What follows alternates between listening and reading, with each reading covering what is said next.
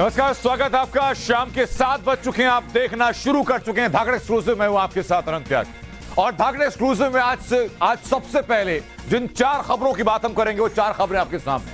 आपको दिखाऊंगा प्रयागराज में चल रहे माघ मेले में क्या कट्टरपंथ की दुकान सज चुकी है। ये कट्टरपंथ की दुकान हमने क्यों नाम दिया आपको बताता हूं, क्योंकि वहां एक दुकान सजाई गई, उसके ऊपर सभी तरह की किताबें रखी गई और उसके नीचे कुछ खास किताबें रखी गई। वो खास किताबें कौन सी थी आपको बताऊंगा। वो खास किताबें लोगों को फ्री में दी जाती थी। जिनको फ्री में किताबें देते थे उनके साथ फोटो खींचते थे। फोटो जाता था दुबई और दावा यह कि दुबई से हर फोटो के नाम पर 10,000 रुपए मिलते थे। लेकिन ये कट्टरपंथ की दुकान कैसे प्रयागराज में थी या इससे पहले भी कहीं और इसी पैटर्न पर काम किया गया, ये पूरा चैप्टर आपके सामने डिकोड करूंगा। आज की दूसरी बड़ी खबर होगी आपके सामने, कुश्ती फेडरेशन पर गंभीर आरोप। ये आज की सबसे बड़ी तस्वीरें थीं और कई मायनों में लोगों की जो प्रतिक्रिया सोशल मीडिया पर देश को शर्मसार करने वाली तस्वीरें भी थीं, क्योंकि आज जो लोग देश का सीना गर्व से चौड़ा करते थे, गर्व से शीश ऊंचा करते थे, ओलंपिक में मेडल लाते थे, वो आज जंतर मंतर पर थे। उनकी आंखों में आंसू थे, उनकी आवाज में दर्द था और वो आरोप लगा रहे थे कुश्ती फेडरेशन के ऊपर। विनेश फोगाट, साक्षी मलिक, बजरंग पुनिया, ये वो लोग जो कि देश का गौरव हैं, आज खुद अपने लिए लड़ाई लड़ रहे थे। और कोई पहलवान अगर ये कहे कि अगर मेरी हालत वो बना दी गई कि मैं आत्महत्या तक करने की सोच रहा था, तो उसके पीछे का चैप्टर क्या है, कुश्ती फेडरेशन की तरफ से क्या सफाई दी गई और फेडरेशन के चेयरमैन हैं उन्होंने क्या कहा, टाइम्स ऑफ नवभारत से बात करते हुए ये आपको सुनाऊंगा मैं इसकी एक एक तस्वीर। आज की तीसरी बड़ी तस्वीर दिखाता हूं मैं आपको। आज की तीसरी बड़ी तस्वीर है, 3 राज्यों की चुनावी तारीख तय हो चुकी है। ये तीनों राज्य पूर्वोत्तर के। पूर्वोत्तर में इस वक्त बीजेपी की समीकरणें क्या हैं, जो मौजूदा सरकारें हैं उनके सामने चुनौती क्या है, और इन 3 राज्यों के चुनाव की तारीख के ऐलान के साथ ही क्या 2024 के चुनाव का शंखनाद हो चुका है। एक तरफ प्रधानमंत्री नरेंद्र मोदी का चेहरा होगा तो बाकी तरफ कौन कौन से चेहरे होंगे। भारत जोड़ो यात्रा में कई लोगों को निमंत्रण नहीं दिया गया, जिनको निमंत्रण नहीं दिया गया उनके मंच पर वो लोग पहुंच रहे हैं जिनको निमंत्रण दिया गया। तो पूरी केमिस्ट्री विपक्ष की क्या है और कैसे मिशन 2024 का शंखनाद हो चुका है, इसी तारीख के ऐलान के साथ आपको एक एक कड़ी में समझाऊंगा। आज की चौथी बड़ी खबर होगी आपके लिए जानना बहुत जरूरी। देवभूमि में वन विभाग की जमीन पर अवैध कब्जा किया गया। दावा यह किया जा रहा है कि अवैध कब्जा करके वहां मजार बना दी गई। प्रशासन ने इस बात का संज्ञान लिया और उन अवैध मजारों पर बुलडोजर चला दिया गया। बुलडोजर चलने के बाद क्या कोई प्रतिक्रियाएं सामने आई, और वो कौन सी 80 जगहें हैं सिर्फ उत्तराखंड के अंदर, देवभूमि के अंदर, जहां वन विभाग की जमीन पर कब्जा करके वहां अवैध मजारें बना दी गई, वो पूरी लिस्ट आपके सामने। लेकिन आज धाकड़ एक्सक्लूसिव में सबसे पहले बात होगी कट्टरपंथ के नए चैप्टर की। आज की पहली तस्वीर जहां माघ मेले में फ्री किताबें देकर के कट्टरपंथ बांटा जा रहा है। सबसे पहले इसी चैप्टर की बात हो। अब तक आपने धोखा देकर धर्म परिवर्तन की कई खबरें देखी हों, हमने भी आपको दिखाई हैं, लेकिन आज धार्मिक और सांस्कृतिक नगरी प्रयागराज से चौंकाने वाली खबर सामने है। प्रयागराज में इस वक्त माघ मेला चल रहा है, जिसकी तस्वीरें मैं आपको दिखा भी रहा हूं। ये वहीं के पंडाल हैं, ये वहीं की तस्वीर आपको दिखा रहे हैं। और ये जो तस्वीर आपने देखी, ये उस ठेले की तस्वीर है जिस ठेले के ऊपर कट्टरवाद की वो किताबें बेची जा रही है। लाखों की संख्या में लोग प्रयागराज के माघ मेले में पहुंच रहे हैं, लेकिन इसी बीच खुलासा यह हुआ कि दुबई से एक मॉड्यूल चलाया जा रहा है जिसके प्यादे प्रयागराज में एक्टिव। ये कैसे हो रहा है आपको सिलसिलेवार तरीके से जरा मैं बताता हूं। माघ मेले में एक ठेला लगाया जाता है। अब उस ठेले में क्या होता है, उस ठेले में हिंदू विरोधी किताबों की बिक्री होती है। इसमें 3 आरोपियों को पुलिस ने पकड़ लिया। आरोपियों से पूछताछ की जा रही है और पूछताछ के बाद पूरे नेटवर्क का खुलासा हुआ। नेटवर्क के खुलासे में चीज क्या सामने आती है, जो पहली चौंकाने वाली चीज सामने आई वो ये कि इस पूरे नेटवर्क की फंडिंग जो है वो दुबई से हो रही। मुफ्त में किताबें दी जाती थीं जो कि अपने आप में विवादित हैं। उसमें हिंदू स्क्रिप्चर्स की, हिंदू वेदों की गलत व्याख्या करके उनको बांटा जा रहा था। दुबई जब फोटो भेजी जाती थी तो वहां से पैसा आता था, उसी पैसे से किताबें छपवाई जाती थीं और उसी पैसे से पूरा ऑपरेशन को अंजाम दिया जाता। यह सिर्फ एक हिस्सा है इस मॉड्यूल का। लेकिन जो 3 लोग पकड़े गए, गाजी गैंग के जिन 3 लोगों को प्रयागराज के माघ मेले से दबोचा गया, अब जरा उन तीनों की कुंडली एक एक करके मैं आपको दिखाता हूं। आरोपी नंबर 1 कौन? आरोपी नंबर 1 है महमूद हसन गाजी। मदरसे में टीचर है महमूद हसन गाजी। यह अभी तक की जानकारी सामने आई। अब आपको गाजी गैंग के दूसरे शख्स की कुंडली बताता हूं कि दूसरा शख्स कौन। आरोपी नंबर 2 का नाम है मोहम्मद मोहनीश। 2 साल पहले मोहनीश ने धर्म परिवर्तन किया था, हिंदू से मुसलमान बन गया। क्या गाजी का करीबी है, हिंदू नाम मोहनीश का है आशीष गुप्ता। मास्टरमाइंड महमूद गाजी का बेहद करीबी है और अपने फूफा के जरिए गाजी के संपर्क में आया था, ठेला लगाने का काम करता था। स्टूडेंट है इस्लामिक ऑर्गेनाइजेशन से इसके सीधे कनेक्शन है और पूर्वांचल का ये जोनल सेक्रेटरी भी है, प्रयागराज का रहने वाला। अब आपको गाजी गैंग के तीसरे किरदार के बारे में बताता हूं। तीसरे किरदार का नाम है समीर, जो कि 2 साल पहले जिसने अपना धर्म परिवर्तित किया। समीर के बारे में जो जानकारी है वो ये कि इसका हिंदू नाम था नरेश कुमार, कौशांबी यूपी का रहने वाला था और आज ये इसी गैंग का सक्रिय सदस्य हो चुका है। आपको बता दूं कि प्रयागराज पुलिस ने गाजी गैंग के बारे में चौंकाने वाला खुलासा किया। धर्मांतरण में लगा ये गैंग कई साल से एक्टिव है। इनके काम करने का तरीका बेहद शातिर। धर्मांतरण के लिए शिकार ढूंढने के लिए गाजी गैंग हिंदू तीर्थ स्थलों के पास डेरा डालता था। प्रयागराज के माघ मेले में भी धर्मांतरण का शिकार ढूंढने के लिए इस गैंग ने प्रसिद्ध हनुमान मंदिर के पास अपना जाल बिछाया। आपको सुनाता हूं जरा प्रयागराज पुलिस का क्या कहना। जिसको ये बुक्स फ्री में देते थे उनकी फोटो खींच लेते थे और वो फोटो अपने जो तीसरा आदमी है महमूद गाजी जो इन्हें बुक्स उपलब्ध कराता था उसको भेजते थे। अब वो अपने दूसरे बंदे को अबू धाबी में भेजता था, फोटोग्राफ है, वहां से इनको फिर आर्थिक सहायता 10,000 रुपए के रूप में एक बार में वो मिलती थी। तो प्रयागराज के माघ मेले में ऐसी साजिशों में लगे थे धर्मांतरण गैंग की मोडस ऑपरेंडी क्या है, कैसे पूरा गैंग हिंदू का धर्मांतरण कराता था और कैसे टारगेट में फंसाता था। अब उसका जरा एक आपको डेमो दिखाता हूं। ये पूरा गैंग हिंदू तीर्थ स्थलों पर किताबों का ठेला लगाता था। जो लोग कम पढ़े लिखे होते हैं, जो लोग बेरोजगार होते हैं, जो महिलाएं हैं, उनको प्राइम टारगेट पर रखता था। पैसे का लालच दिया जाता था, ब्रेन वॉश किया जाता था। उनसे जो लोग किताबें लेते थे उनसे फोन पर लगातार संपर्क रखा जाता था। टारगेट को सनातन धर्म के खिलाफ भड़काना इनका प्रमुख उद्देश्य है। वैदिक साहित्य की गलत व्याख्या करना, इस्लाम की अच्छाइयों का बखान करना, जो कि कोई गलत नहीं है, लेकिन इसके साथ साथ सनातन को बुरा कहना, ये वो लोग करते थे। जैसे टारगेट सेट होता था, धर्मांतरण कराने का गैंग अपना मोडस ऑपरेंडी शुरू कर देता था और जो टारगेट था उसके रिश्तेदारों को भी जाल में फंसाया जाता था। लेकिन उत्तर प्रदेश में संदेश साफ है कि अन्याय किसी के साथ नहीं होगा, लेकिन अगर कोई जबरन धर्मांतरण जैसा पाप करेगा तो बख्शा नहीं जाएगा। उत्तर प्रदेश के अल्पसंख्यक मामलों के मंत्री दानिश आजाद अंसारी क्या कहते हैं, सुनाते हैं। देखिए, उत्तर प्रदेश की कानून व्यवस्था पूरी ईमानदारी से अपना काम कर रही है और समाज का कोई भी अगर समाज का जो है भाईचारा, समाज की एकता, समाज की अखंडता अगर बांटने की कोशिश करेगा, तोड़ने की कोशिश करेगा, तो हमारी पुलिस प्रशासन सख्ती से उससे निपटती है। समाज में एकता बनी रहे, भयमुक्त माहौल रहे, अपराध मुक्त हमारा माहौल रहे, हम इस लक्ष्य के साथ योगी सरकार काम कर रही है।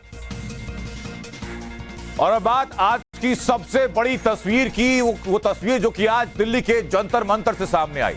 भारतीय कुश्ती संघ के अध्यक्ष ब्रजभूषण शरण के खिलाफ ओलंपियन बजरंग पुनिया, साक्षी मलिक और विनेश फोगाट सहित सहिता मोर ने कई नामी पहलवानों ने मोर्चा खोल दिया है। ओलंपिक से लेकर के एशियाड तक और वर्ल्ड रेसलिंग चैंपियनशिप में इन पहलवानों ने देश का नाम रोशन किया। कामयाबी के सफर में जब शोषण की इंतहा हो गई तो पहलवानों ने कुश्ती महासंघ के खिलाफ मोर्चा खोल दिया। देश को मेडल दिलाने वाले ये पहलवान आज धरने पर बैठ चुके हैं। महिला रेसलर ने कुश्ती महासंघ के अध्यक्ष ब्रजभूषण शरण सिंह और कोच के खिलाफ बेहद संगीन आरोप लगाए। पहलवानों ने आरोप लगाया कि कुश्ती महासंघ के अध्यक्ष उनकी जिंदगी बर्बाद करना चाहते हैं, उनकी जिंदगी को तबाह करना चाहते हैं। खिलाड़ियों का आरोप है कि फेडरेशन मनमानी कर रही है, जबकि हिंदुस्तान का यही एकमात्र खेल है जिसने बीते 2 दशकों में देश का झंडा वैश्विक स्तर पर, ओलंपिक में, एशियाड जैसे बड़े मंचों पर बुलंद कर रखा है। जंतर मंतर प्रदर्शन कर रहे पहलवानों ने अब सोशल मीडिया पर भी कैंपेन शुरू कर दिया है, जिसमें खिलाड़ियों ने अपना दर्द प्रधानमंत्री नरेंद्र मोदी, गृह मंत्री अमित शाह सबके सामने बयां किया, फेडरेशन तक पहुंचाने के लिए उसको टैग किया। देखिए जरा, ये साक्षी मलिक वो कह रही है कि खिलाड़ी पूरी मेहनत करते हैं और उसके बावजूद उनकी बात सुनी नहीं जाती। ये ट्वीट लगातार किया गया। ये आप खिलाड़ियों की तस्वीरें देख रहे हैं, जो खिलाड़ी उस वक्त जंतर मंतर पर बैठे हुए थे और जंतर मंतर पर बैठ करके जिन्होंने प्रदर्शन किया। और ये ब्रजभूषण शरण सिंह की तस्वीर भी आप देख रहे हैं। इनका बयान मैं सुनाऊंगा, लेकिन उससे पहले आपको यह ट्वीट दिखाता हूं। विनेश फोगाट ने कहा कि खिलाड़ी आत्मसम्मान चाहता है और पूरी शिद्दत के साथ ओलंपिक में और बाकी खेलों खेलों में देश का नाम रोशन करना चाहता है। वो कहता है कि हमने खेलने के सिवा कुछ नहीं किया, अब लड़ना पड़ेगा तो हम पीछे नहीं हटेंगे। ये बजरंग पुनिया का भी ट्वीट की आखिरी लाइन है। विनेश फोगाट का ट्वीट भी यही कहता है। जो खिलाड़ी देश के सम्मान की बात करते हैं वो आज अपने सम्मान के लड़ रहे हैं। अभी समझिए कुश्ती फेडरेशन में कौन कौन दिग्गज पहलवान नाराज है। अब जरा उनको आप जानिए, एक बार फिर बताता हूं आपको। बजरंग पुनिया, साक्षी मलिक शामिल है, विनेश फोगाट शामिल है, सरिता मोर शामिल है। अब इनकी उपलब्धियां क्या हैं, अब ये जाने। उससे पहले जानिए कि इन पहलवानों का आरोप क्या है, कहना क्या चाहते हैं। इनका आरोप है अध्यक्ष ब्रजभूषण शरण सिंह पर, गंभीर आरोप है। विनेश और साक्षी का अध्यक्ष पर यौन शोषण का आरोप है। कुश्ती संघ के अध्यक्ष पर प्रताड़ित करने का आरोप है। नेशनल कैंप के कोचेस पर बेहद संगीन आरोप लगाए गए हैं। नेशनल कैंप में खिलाड़ियों का शोषण होता है, ये इन पहलवानों ने कहा। निजी जिंदगी में फेडरेशन का दखल होता है, ये पहलवान कहते हैं। वो कहते हैं कि बिना इजाजत यानी बिना परमिशन पानी पीने पर भी एक्शन होता है और जान से मारने की धमकी तक दी जाती है। ये विनेश फोगाट आरोप लगा रही है। गर्लफ्रेंड बॉयफ्रेंड के बारे में फेडरेशन में सवाल पूछे जाते हैं, यानी निजी जिंदगी में पूरा दखल रखा जाता है। अब आप लोग खुद सोचिए, ये देश सोचे कि देश का नाम रोशन करने वाली पहलवान विनेश फोगाट ने कुश्ती संघ के अध्यक्ष पर ये संगीन आरोप लगाए। सबसे पहले विनेश फोगाट का बयान जरा में इस तरीके से लखनऊ में कैंप कराते थे। सर हम झूठ थोड़ी बोलेंगे, हम खिलाड़ी हैं। खिलाड़ी क्या नेशनल कैंप में भी ऐसा होता? जी नेशनल कैंप में भी ऐसा होता आया है, हो रहा है।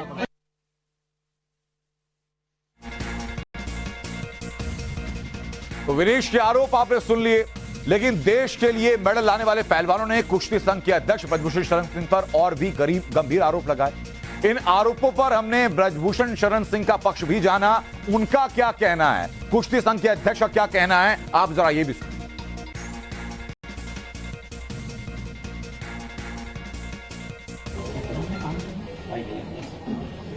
मैं कहना चाहता हूं कि सामने कोई है कि जो कह दे कि फेडरेशन ने कभी किसी खिलाड़ी का शोषण किया हो?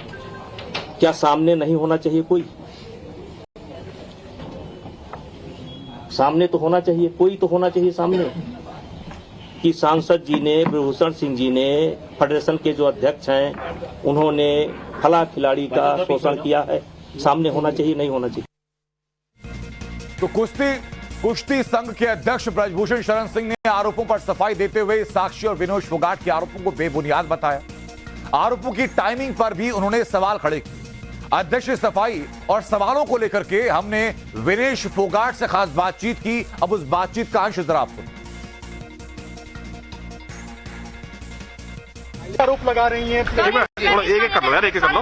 लगा रहे, मैं अकेले तो नहीं लगा रही हूँ। ब्रजभूषण शरण ये कह रहे हैं कि ये सारे आरोप निराधार हैं। अगर आरोपों में सच्चाई होती है तो वो फांसी पर लटकने को तैयार है। अगर जांच होगी, अगर सरकार जांच करवाएगी तो सब। अच्छा, इतने दिनों बाद आप लोग आ रहे हैं निकल के, क्या मामला था? इतने दिनों बाद आखिर क्यों आए?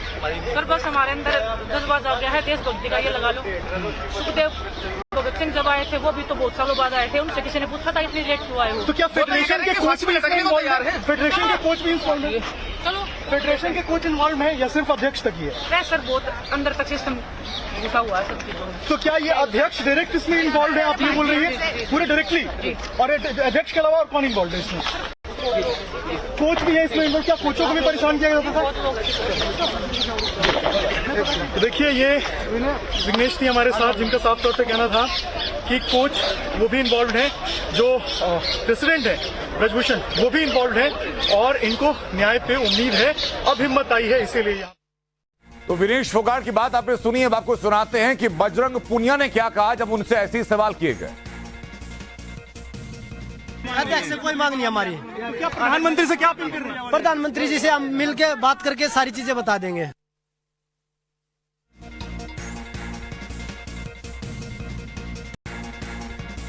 तो ओलंपियंस के इन आरोपों पर दिल्ली महिला आयोग भी एक्शन में है। उससे पहले जरा आप तस्वीर देखिए, उस वक्त की तस्वीरें हैं जिस वक्त ये पहलवान प्रदर्शन कर रहे थे। इन्होंने अपनी बात रखी मीडिया के सामने और उसके बाद मीडिया से बातचीत करते हुए क्या उन्होंने कहा। लेकिन जैसे ही मामला संज्ञान में आया, जैसे ही मामला उठा, वैसे ही महिला आयोग की अध्यक्ष स्वाति मालीवाल ने ट्वीट किया और कहा कि ये देखिए, आपको ट्वीट दिखाता हूं जरा। उन्होंने कहा कि देश का नाम रोशन करने वाले ओलंपियन रेसलर साक्षी मलिक, विनेश फोगाट और बाकी लोग बजरंग पुनिया धरना करने पर मजबूर हैं। उनका कहना है कि wrestling federation of India president और कोच खिलाड़ियों का यौन शोषण करते हैं। ये स्वाति मालीवाल कह रही हैं और कह रही हैं कि मैं मिनिस्ट्री को और पुलिस को नोटिस भी इश्यू कर रही हूं। यानी महिला आयोग की तरफ से ये नोटिस इश्यू कर दिया गया है। अब इस नोटिस पर आगे संज्ञान लेते हुए क्या कार्रवाई होती है, इस नोटिस का जवाब क्या दिया जाएगा, यह सबसे ज्यादा अहम है। क्योंकि जब पहलवान, वो भी ओलंपियन जो रह चुके हैं, वो सीधा आरोप लगाते हैं, तो इस मामले में जवाबदेही हर किसी की।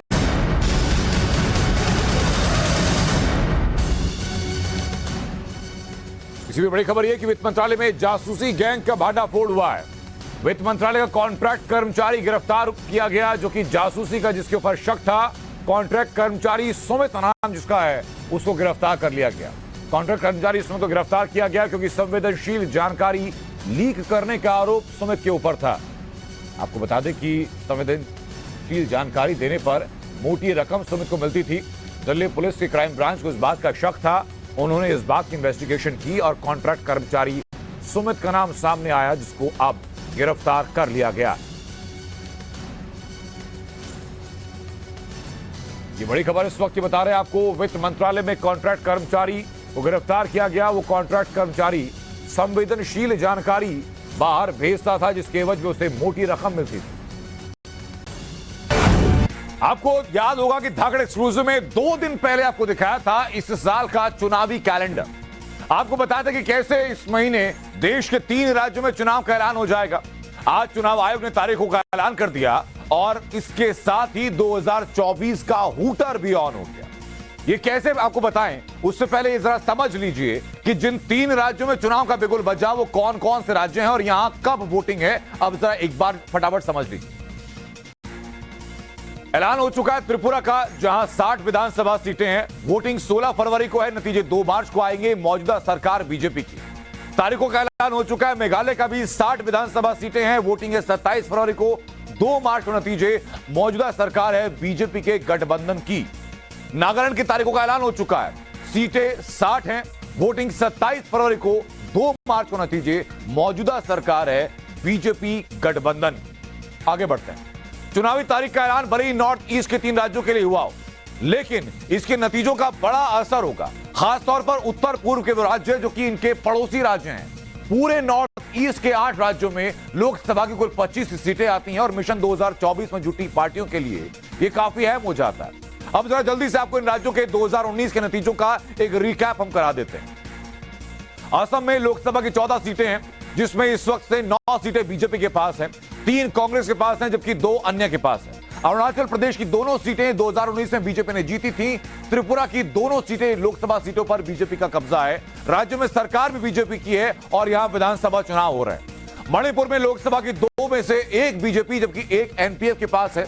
मेघालय जहां विधानसभा चुनाव होने जा रहे हैं, वहां की 2 सीटों पर कांग्रेस के पास है, जबकि 1 एनपीपी के पास 1 सीट। लोकसभा में भले यहां बीजेपी के पास 1 भी सीट नहीं, लेकिन यहां भी मौजूदा बीजेपी गठबंधन की सरकार है। बात मिजोरम की एकमात्र लोकसभा सीट एमएनएफ के पास है। नागालैंड जहां विधानसभा चुनाव होंगे, वहां की एकमात्र लोकसभा सीट एनडीपीपी के पास है। सिक्किम में लोकसभा की एक और सीट है, ये सीटें एसकेएम के पास है। तो ये 2019 का रिकैप हुआ। लेकिन पूरे नॉर्थ ईस्ट की 8 राज्यों की 25 लोकसभा सीटों में इस वक्त बीजेपी के पास 14 हैं, कांग्रेस के पास 4 हैं, जबकि अन्य पार्टियों के पास इस वक्त 7 सीटें हैं। ये 2019 का गणित। लेकिन चुनावी तारीखों के ऐलान से पहले ही अब बीजेपी सुपर एक्टिव मोड में आ चुकी है। टॉप लीडरशिप से लेकर के बूथ लेवल के कार्यकर्ता तक मिशन 2024 के लिए जुटे हैं। कल ही की बात आप कीजिए, दिल्ली में बीजेपी की राष्ट्रीय कार्यकारिणी की बैठक थी। बैठक में पीएम मोदी ने पार्टी कार्यकर्ताओं को विजय मंत्र दिया। पीएम मोदी ने क्या कहा? उन्होंने कहा कि युवाओं पर फोकस होना चाहिए और युवाओं पर फोकस के साथ सबको साथ लेकर चलना होगा। समाज के हर वर्ग की सेवा करनी होगी। प्राइमरी बीजेपी मेंबर्स के सम्मेलन का विचार किया जा रहा है। नए मतदाता वर्ग को जोड़ने का आह्वान किया जा रहा है। बॉर्डर इलाकों में ज्यादा सक्रिय होने की बात हो रही है। आउटरीच प्रोग्राम किया जा रहा है। अमृत काल को कर्तव्य काल में तब्दील करना होगा। यह प्रधानमंत्री नरेंद्र मोदी की तरफ से साफ संदेश दिया गया। उन्होंने कहा कि जो गैर जरूरी मुद्दे हैं उन पर बयानबाजी से बचा जाना चाहिए, ताकि लोगों के बीच कोई गलत संदेश ना जाए। इसके साथ ही साथ सिनेमा से जुड़े हुए विवादित मुद्दों पर बयानबाजी से बचना चाहिए। एक तरफ बीजेपी मिशन मोड में है, तो वहीं विपक्ष क्या कर रहा है? 9 सालों से देश की सत्ता से बाहर रहने के बाद विपक्ष की रणनीति क्या है? ये आपको बताएं, लेकिन उससे पहले जरा बात सबसे पहले उत्तर प्रदेश की करते हैं। देश का सबसे बड़ा राज्य आबादी के लिहाज से भी और लोकसभा की सीटों के लिहाज से भी, कुल 80 सीटें लोकसभा की उत्तर प्रदेश के अंदर। 2014 हो या 2019 हो, बीजेपी को पूर्ण बहुमत से केंद्र की सत्ता में दिलाने में यूपी की बड़ी भूमिका रही और ये बात बीजेपी बखूबी समझती है और तभी पीएम मोदी के वचन को जमीन पर उतारने में उत्तर प्रदेश के सीएम कोई कसर नहीं छोड़ रहे हैं। आपको बताऊं कि पीएम मोदी सबका साथ सबका विकास की बात करते हैं, तो सीएम योगी ने अब तक यूपी में 45 लाख गरीबों को आवास दिया, 15 करोड़ लोगों को राशन दिया, 9 करोड़ लोगों के हेल्थ कार्ड बना करके उनको हेल्थ कवर दिया उत्तर प्रदेश के अंदर। पीएम मोदी ने कल कहा था कि आजादी का अमृत काल है, इसको विकास काल बनाना है। तो सीएम योगी की मेहनत की बदौलत देश की जीडीपी में उत्तर प्रदेश का 8% से ज्यादा योगदान है, इकलौते प्रदेश का। 2018 से 2022 तक उत्तर प्रदेश में 1,36,500 करोड़ का निवेश आया। सीएम योगी ने इसी साल मुंबई में 5 लाख करोड़ रुपए के निवेश की बात की, एमओयू लाए। देश में एमएसएमई में उत्तर प्रदेश की हिस्सेदारी लगभग 15% है। डीबीटी यानी डायरेक्ट बेनिफिट ट्रांसफर की रैंकिंग में उत्तर प्रदेश 85.2% के अंकों के साथ दूसरे नंबर पर है, जबकि 2019 में ईज ऑफ डूइंग बिजनेस में उत्तर प्रदेश का दूसरा नंबर रहा है। ये वो तस्वीरें हैं जो दिखाती हैं कैसे विकास को जमीन पर लाया जाए।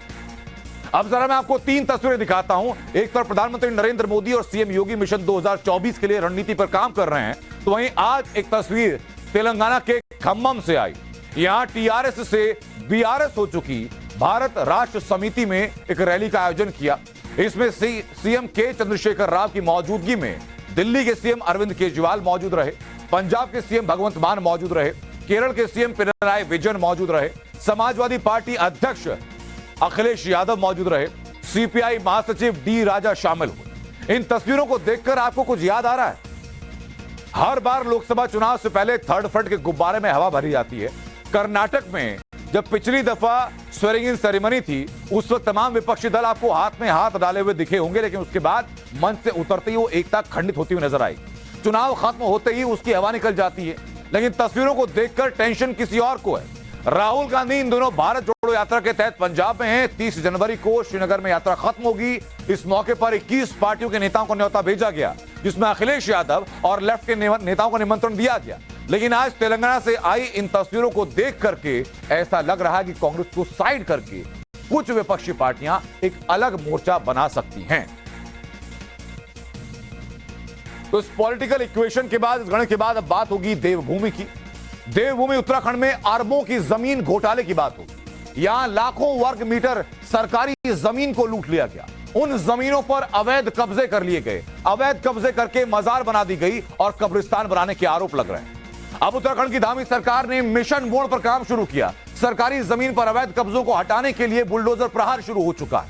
सरकारी जमीन को खाली कराया जा रहा है, लेकिन जब से धामी सरकार का एक्शन शुरू हुआ, देवभूमि में तहलका है। पीएमओ ने संज्ञान लेते हुए राज्य सरकार को कहा है कि सरकारी जमीन से अवैध कब्जे जल्द खाली कराए जाए। ये उसी की तस्वीर में दिखा रहा हूं आपको। वन क्षेत्र में है, जहां अभी मैंने आपको पीछे दिखाया बोर्ड पर कि चेतावनी दी थी वन विभाग ने कि किसी तरह का अतिक्रमण करना गैर कानूनी है। और देखिए, ये इसकी तस्दीक ये भी करता है कि ये कितना पुराना जो कब्र है, ये कितनी पुरानी है। इस पे सीधा सीधा नाम लिखा है, उनका जन्म के समय का लिखा है और इंतकाल का समय भी लिखा गया है। और 2022 में जैसा कि लोग यहाँ पे लगातार इस बात की दावा कर रहे हैं कि 3-4 सालों में इस जमीन पर कब्जे शुरू हो गए। जब एसएसबी कैंप कार्यालय खाली हुआ, तो उसके बाद खाली जमीन देखकर धर्म के नाम पर यहाँ कब्जे शुरू हो गए। ये अपने आप में बड़े सवाल पैदा करता है कि आखिर उस समय वन विभाग कहाँ सो रहा था।